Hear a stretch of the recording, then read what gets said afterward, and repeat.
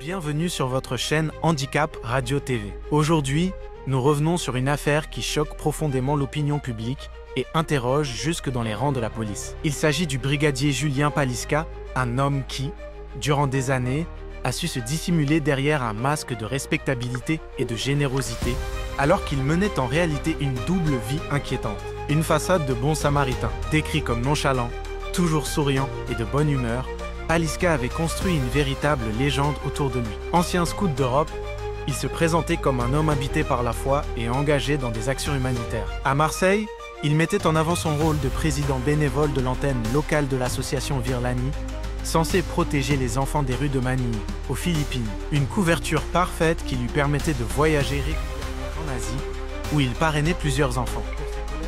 Il avait un côté mère Teresa toujours prêt à s'impliquer dans des dossiers sensibles, en particulier ceux concernant des garçons fugueurs âgés de 8 à 15 ans. Tout semblait coller avec l'image d'un policier dévoué aux plus fragiles, le masque du manipulateur. Derrière ce vernis, la réalité était bien plus sombre.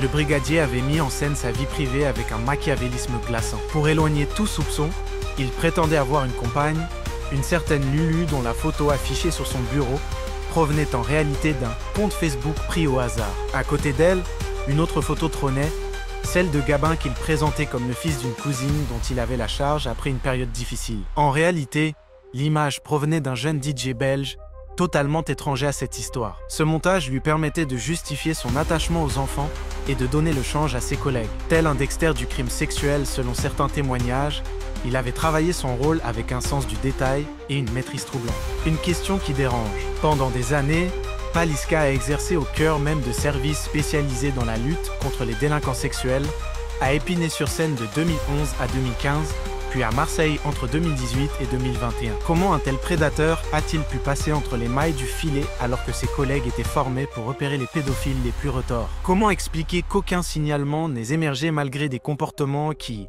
rétrospectivement, semblaient troublants? Une affaire qui laisse des traces. Au-delà du scandale, ce dossier met en lumière la capacité glaçante de certains individus à se créer des identités de façade, multipliant les mensonges, les images et les histoires inventées pour anesthésier les soupçons. Derrière le sourire, l'humour et les airs de bon samaritain, Julien Paliska dissimulait une personnalité déviante, prête à tout pour approcher les plus vulnérables. Cette affaire, aujourd'hui au cœur de l'actualité, rappelle la nécessité de redoubler de vigilance, même au sein des institutions supposées protéger les enfants. Elle pose une question dérangeante.